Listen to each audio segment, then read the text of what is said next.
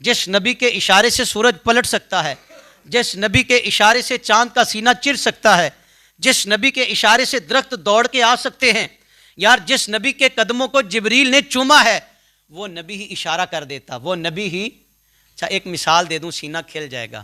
غلام غوث ایک بابا جی بڑے پائے کے بزرگ گزرے ہیں، ان کے سامنے نہ مناظرہ ہو رہا تھا، بابے کدی کدی نہ لے وچ آئی جاندے نے، مناظرہ ہو رہا تھا معراج پہ۔ کس پہ؟ واقعہ معراج۔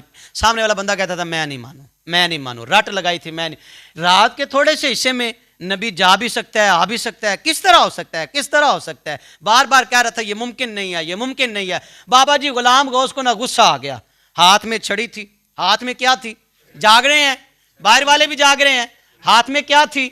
چھڑی تھی۔ بابا جی اٹھے اور جلال میں آ گئے، چھڑی ماری دیوار پہ، دیوار دو ٹکڑے، بابا جی پار گئے، آ گئے، کہا نبی اس طرح جا بھی سکتا ہے، آ بھی سکتا ہے۔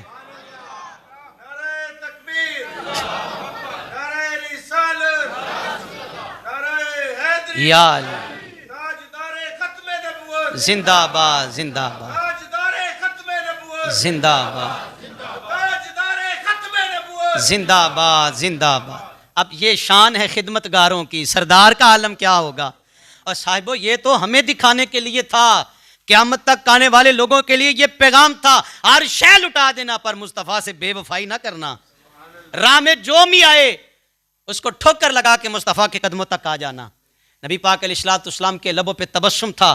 میں نے کہا یہ کتنا کڑا امتحان تھا۔ حالت روزہ میں 17 رمضان ہے، جنگ کا نقارہ بجتا ہے، کافر پکارتے ہیں، حال میں مبارز، کبھی عتبہ آتا ہے، کبھی شیبہ آتا ہے، کبھی ولید آتا ہے۔ ادھر سے میں تمہیں بتاؤں کون کون نکلتا ہے؟ رب کے دو شیر، ایک کا نام امیر حمزہ، دوسرا علی حیدر کرار نکلتا ہے۔ ایک حضرت امیر حمزہ، ایک حیدر کرار، دشمنوں کے پرچھے اڑا دیے۔ جدھر بھی حضور کے دیوانے جاتے ہیں دشمن کو گاجر مولی کی طرح کاٹ رہے ہیں۔ ذرا سنیں، دو حضور کے دیوانے، میرے نبی کے دو عاشق، عمریں بڑی تھوڑی ہیں، عمریں بڑی چھوٹی چھوٹی، ایک کا نام حضرت معاذ، ایک کا نام جناب معوذ رضی اللہ تعالی عنہما، حضرت بی بی افرا، جس کے 7 پتر، کتنے؟ 7 پتر میدان بدر میں آئے تھے۔ ایسا ایک پتر دین واسطے تیار کوئی نہیں، ایسا ایک پتر دین نال تھوڑا جا پیار کرنا، اوے ہوئی پتہ نہیں کدے نال دا گیا ہے، یہ تے وکھرا ہو گیا جی، ساڈے نال ہے یہ الگ ہو گیا ہے۔ اس بی بی کے 7 بیٹے میدان بدر میں رسول اللہ کے قدموں پہ جانے قربان کرنے کے لیے آئے۔ یہ دونوں بھائی تھے، عمریں چھوٹی چھوٹی۔ حضرت عبد الرحمن بن عوف کے پاس آ کے کہتے چاچا جی سانو دسو ابو جال کیڑا وے؟ پترو تسی چھوٹے چھوٹے ہو، عمرہ چھوٹیاں، تلواراں نکیاں جئیاں، لیکن میں نے کہا جذبے ہوں، جذبے جوان ہوں، سینوں میں عشق مصطفیٰ ہو۔ امریکہ تے شاہی کوئی نہیں ہو، سینے میں عشق مصطفیٰ، للکارہ مارنے والا علم و دین ایک ہی بڑا ہوتا ہے، ممتاز ایک ہی بڑا ہوتا ہے۔ سینے میں ہو عشق، پھانسی کا پھندا بھی پھر چومتے ہیں۔ وہ کہتا ہے یار، حیران ہو کے کہتا ہے بھلا کبھی کسی نے موت بھی چومی؟ کہا تیرے سامنے موت ہے، میرے سامنے تو مصطفیٰ کا دربار نظر آ رہا ہے۔ یہ تجھے پھانسی کا پھندا لگ رہا ہے، میرے سامنے تو رسول اللہ کھڑے ہیں، وہ تو جام کوثر لے کے کھڑے ہیں۔ میرے غلام آ جا، میں اپنے ہاتھوں سے تمہیں جام کوثر پلاتا ہوں۔ کہا چاچا جی دسو تے صحیح ابو جال کیڑا ہے؟ بیٹا تم نے کیا کہنا ہے؟ کہا قسم کھائی ہے مر جائیں گے یا ماریں گے اس ناری کو، قسم کھائی ہے مر جائیں گے یا ماریں گے اس ناری کو، سنا ہے گالیاں دیتا ہے وہ محبوب باری کو۔ چاچا جی سنیا سا ساڈے آقا نو مندہ بولدا ہے۔ عبد الرحمن بن عوف کہتے میں نے ان کا جذبہ دیکھا، بس انگلی کا اشارہ ہی کیا تھا، کہتے میرے اشارہ کرنے کی دیر ہے، وہ دوڑے لپ کے ابو جال کی طرف۔ گہرے میں وہ ایک حصار بنایا ہوا تھا، ابو جال کے ٹولے نے ان کے درمیان گدے پہ بیٹھا ابو جال، وہ دونوں بچے چھوٹی چھوٹی عمریں گئے، چھوٹی چھوٹی تلواروں سے نہ پہلے اس کی ٹانگیں کاٹیں، اس کی سواری کی ٹانگیں کاٹیں، ابو جال کو گرایا، سینے پہ بیٹھ گئے اور تلوار مارنے سے پہلے کہتے ہیں اوے ظالمہ دیکھ محمد کے نوکر آ گئے ہیں، دیکھ تو میرے آقا نو مندہ نہ بولی۔ آج تو بات قیامت تک لوگوں کو پتہ چل جائے، عمریں چھوٹی بھی ہو پر مصطفیٰ کے دشمن کی گردن کاٹ کے رکھ دیتے ہیں۔ رسول پاک کے دشمن کے لیے کوئی رعایت نہیں ہے، دشمن رسول کے لیے کوئی رعایت نہیں ہے، گردن کاٹ کے نا تو پھر جذبہ جہاد دیکھیں، دونوں حضور کے پاس چلے گئے، دونوں حضور کے پاس گئے، دونوں حضور کے پاس، کہتے یا رسول اللہ ہم نے آپ کے دشمن کو فنار کر دیا ہے۔ ایک کہتا حضور میں نے مارا، دوسرا کہتا حضور میں نے مارا۔ سرکار فرماتے اپنی تلواریں تو دکھاؤ۔ دونوں نے تلواریں ہوا میں لہرائیں حضور دونوں سے پیار کرتے ہیں، دونوں سے محبت کرتے ہیں۔ حضور فرماتے اللہ نے دونوں کا یہ جذبہ قبول فرما لیا، رب نے دونوں کا یہ جذبہ۔ اور میرے نبی نعرے لگوا رہے تھے، ادھر سے نعرے آ رہے تھے، لانا عزا ولا لانا عزا ولا عزا لانا عزا ولا عزا بکم، ہمارے پاس عزا ہے، وہ اپنے بت کو پکار رہے تھے۔ نبی پاک علیہ السلام نے فرمایا لاؤ نا نعرہ تسی بھی، اللہ مولانا ولا مولاکم، ساڈے کول رب ہے تواڈے کول رب، ہمارا رب ہمارے ساتھ ہے، ہمارا رب ہمارے۔ اچھا حضرت عکاشہ رضی اللہ تعالیٰ عنہ حضور کی بارگاہ میں حاضر ہوئے اور آ کے کہتے یا رسول اللہ میری تلوار ٹوٹ گئی ہے میدان بدر میں، پتہ نہیں یار لوگ کہاں سے دین لیتے ہیں، مجھے سمجھ نہیں آئی۔ بڑے مفکر اور محدث بنے اور بڑے مفتی بنے لوگ کہتے ہیں نبی کو اتنا پتہ تھا اتنا نہیں پتہ تھا، نبی یہ کر سکتا تھا یہ نہیں کر سکتا۔ جناب عکاشہ رضی اللہ تعالیٰ عنہ تلوار ٹوٹ گئی، حضور کی بارگاہ میں آ کے کہتے سونیا میری تلوار ٹوٹ گئی جی۔ جناب عکاشہ کو نہیں پتہ تھا مانگنا تو اللہ سے چاہیے، بڑے فتوے داغتے ہیں لوگ جی، اللہ سے ہی مانگو، اللہ سے ہی مانگو، بس اللہ سے ہی مانگو۔ اور ساڈے بھی بھرا سادہ لو او جی ویکھو جی رب دی تے گل کر دینے پہ، نبی کے صحابہ سے بڑا بھی کسی کا پختہ عقیدہ ہو سکتا ہے، نبی کے غلاموں سے بھی بڑا کسی کا عقیدہ ہو سکتا ہے۔ جناب عکاشہ تلوار ٹوٹی حضور کی بارگاہ میں آئے، سونیا مہربانی کرو، حضور نے ایک لکڑی عطا فرمائی، ایک لکڑی عطا فرمائی، فرمایا جاؤ اس سے جنگ لڑو۔ پھر پوچھنا مطلب پھر دسیا جی والا لکڑیاں نال بھی جنگ ہوندی ہے، والا چھوٹی چھوٹی لکڑی لے کے بھی میدان جہاد وچ جایا جاندہ ہے۔ اللہ ذرا آئے نا تھوڑا سا ذرا اقبال کا لہجہ بھی لے لیتے ہیں، اقبال سے بھی پوچھ لیتے ہیں۔ صفحہ دہر سے باطل کو مٹایا ہم نے، نو انسان کو غلامی سے چھڑایا ہم نے، تیرے کعبے کو جبینوں سے بسایا ہم نے، تیرے قرآن کو سینوں سے لگایا ہم نے، پھر بھی ہم سے گلا ہے کہ وفادار نہیں، ہم وفادار نہیں، تو بھی تو دلدار نہیں۔ لوگوں نے کہا اقبال کافر ہو گیا جے، اقبال اس طرح کی باتیں کر رہا ہے۔ اقبال نے کہا آؤ آؤ ذرا سنو، اپنے حالات تو دیکھو، وہ بدر میں 313 ہو کے نیتیں ہو کے اور لکڑیوں سے جنگ کرنے والے، تمہارے پاس ایٹم بھی آ گیا ہے، تم پھر ایک نعرہ نہیں لگا سکتے، ایک بولی تمہارے ایوانوں سے نہیں نکلی، تمہارے پاس اتنی قوت ہے۔ 56-57 اسلامی ممالک، فلسطین میں کیا ہوا، کتنے بچے کٹے، کتنی مائیں اپنی گودیاں اجاڑ بیٹھی، کتنی بیویوں کے سہاگ اجڑے۔ یار یہ ہمارے مسلمان بھائی نہیں تھے؟ آج ہماری مسجدیں ویران ہیں، رونے والی باتیں ہیں، ماہ رمضان میں کھلے عام کھاتے ہیں، شرم کرو۔ خدا کے سامنے جب جاؤ گے کیا کہو گے، اللہ کی بارگاہ میں کیا جواب جرم دو گے تم خدا کے سامنے؟ یہ مہمان اللہ کا ہمارے پاس آیا ہے، اس نے جا کے شکایت لگا دی تو کیا کرو گے؟ میں یہاں سے ایک بندہ روانہ کروں نا چوری صاحب کے پاس، اور وہ جا کے کہے جناب مجھے قاری صاحب نے بھیجا ہے، اور چوری صاحب کہے چل پا جا کیڑے قاری صاحب نے، وہ آ کے کیا کہے گا کہ قاری صاحب کی اتنی عزت ہے؟ یہ رب کا مہمان آیا ہے ہمارے درمیان، یہ اللہ کے پاس جائے گا اور جا کے کہے گا یا اللہ کسی نے تو دروازے نہیں کھولا تھا، یا اللہ کسی نے تو دروازے نہیں کھولا تھا۔ صفحہ دہر سے باطل کو مٹایا کس نے؟ اب اقبال کا لہجہ دیکھیں، صفحہ دہر سے باطل کو مٹایا کس نے؟ نو انسان کو غلامی سے چھڑایا کس نے؟ میرے کعبے کو جبینوں سے بسایا کس نے؟ میرے قرآن کو سینوں سے لگایا کس نے؟ تھے تو وہ آباد تمہارے ہی، ذرا دیکھو دیکھو بدر کا میدان دیکھو، تھے تو وہ آباد تمہارے ہی مگر تم کیا ہو؟ ہاتھ پہ ہاتھ درے منتظر فردا ہو، ارے وہ زمانے میں معزز تھے مسلمان ہو کر، اور تم خار ہوئے تاریک قرآن ہو کر۔ اور جس امت کے پاس اتنی بڑی کتاب رحمت ہو کہ جس قرآن کا ایک ایک صفحہ رحمتیں بانٹے، اور جس امت کے پاس رب کا حبیب ہو، وہ امت ٹھوکریں کھا رہی ہے، وہ امت ٹھوکریں، یوں تو سید بھی ہو، مرزا بھی ہو، افغان بھی ہو، ہم برادریوں میں بٹ گئے، ہم قبیلوں میں بٹ گئے، ہمارے معیار کچھ اور ہو گئے۔ اقبال رو کے کہتے یوں تم سید بھی ہو، مرزا بھی ہو، افغان بھی ہو، تم سبھی کچھ ہو، بتاؤ مسلمان بھی ہو؟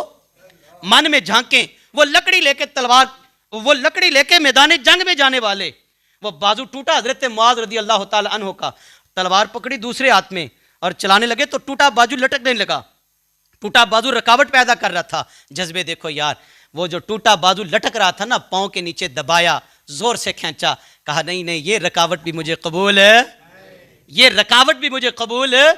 یار ہیں ہمارے اندر جذبے اتنے، ہے ہمارے اندر اتنا ایمان کا لیول ہے ہمارے پاس؟ باتیں ہم بڑی بڑی کرتے، آ جاؤ مصطفیٰ کی غلامی میں آ جاؤ، آؤ تمہیں حضور کا دین پکار رہا ہے، آؤ تمہیں مصطفیٰ کی محبت کا پیغام دیتا ہوں، آؤ میرے نبی کی، یہ زندگی بالآخر موت ہے، بالآخر مٹ جانی ہے۔ نبی پاک علیہ السلام کے غلام حضرت عکاشہ اس لکڑی کو لہراتے ہیں، اور جب لہراتے ہیں تو تلوار بن جاتی ہے۔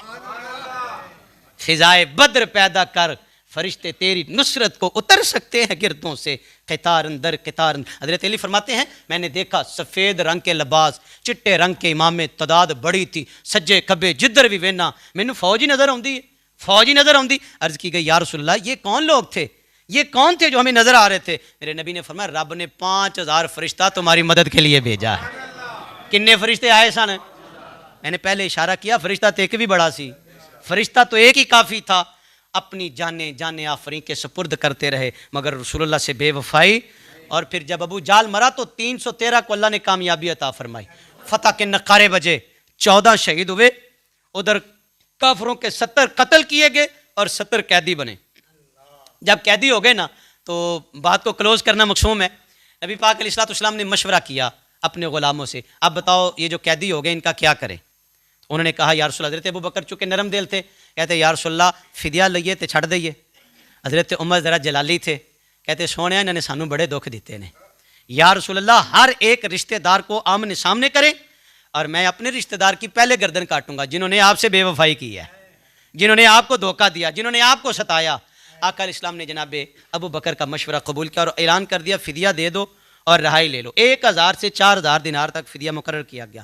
اب سارے آ رہے تھے، نبی پاک کے چچا حضرت عباس بھی سامنے آئے، سرکار نے فرمایا چچا جی فدیہ دیو تیرے ہو جاؤ۔ چچا جی کہتے میرے بھتیجے میرے پاس تو کچھ بھی نہیں۔ سرکار فرماتے اچھا کوئی بات نہیں مکے واپس جائیں گے تو پھر دے دے۔ انہوں نے کہا بھتیجے میرے پاس تو کچھ بھی نہیں، میں بخاری پڑھ رہا ہوں آپ کے سامنے، صحیح بخاری کی روایت، نبی پاک علیہ الصلوۃ والسلام۔ اب بخاری کی ایک اور روایت سناؤں گا جو کہتے ہیں نبی کو پتہ کچھ نہیں ہے اور جو کہتے ہیں مزاروں پہ کیوں جاتے ہو۔ سرکار نے فرمایا چچا جان ہوش کے ناخن لیں، گھر سے نکلنے سے پہلے میری چچی ام فضل کو آپ نے پیسے دیے تھے، بند کمرے میں ٹویا کٹ کے تے نپ دیتے سن اور آپ نے کہا تھا کہ جب میں زندہ آؤں گا تو خود نکالوں گا اور اگر مر گیا تو میرے بچوں کو دے دینا۔ چاچا جی میں نے اسی لیے آپ کو چھوٹ دی ہے، یہاں نہیں تو مکے جا کے واپس کر دینا، یہاں نہیں تو گھر جا کے۔ وہیں پہ پھر اعلان ہوتا ہے، چچا پکار کے کہتا ہے میرے بھتیجے جلدی کر مینوں کلمہ پڑھا کے اپنا غلام کر لے۔ یہ حضور کی صداقت تھی۔ اور 3 دن جب گزر گئے نا بدر کے حضور نے قیام کیا اور 3 دن گزرنے کے بعد نبی پاک علیہ السلام نے حکم دیا کافروں کی لاشوں کو کنویں میں پھینک دو۔ بدر میں کنواں ہے، ہم نے دیکھا ہے وہیں پہ جا کے وہ منظر، اللہ سب کو بار بار نصیب فرمائے، جذبے جوان ہوتے ہیں۔ اس کنویں میں کافروں کی لاشوں کو پھینکوایا گیا۔ نبی پاک علیہ السلام 3 دن کے بعد، یہ بخاری ہے، پتہ نہیں بنا عشق نبی جو پڑھتے ہیں بخاری آتا ہے بخار ان کو نہیں آتی بخاری۔ حضور جا کے نا ان کو کہتے اوے اتبا شیبہ ولید، اوے تانوں کیا سی میری گل مان لو، اج ویکھیا تہاڈا کی حال ہویا ہے۔ حضرت عمر کہتے یا رسول اللہ یہ سنتے ہیں حضور یہ تو مرے ہوئے ان کو 3 دن ہو گئے ہیں۔ میرے نبی فرماتے ہیں عمر یہ تم سے زیادہ سنتے ہیں، جتنا تم سنتے ہو اتنا یار کافر مریا 3 دنوں تو بعد سن لیندا ہے تے میرے غوث پاک دا کی مقام ہے، تے میرے داتا صاحب دا کی مقام ہے، تے پھر سید الانبیاء دا کی مقام ہے۔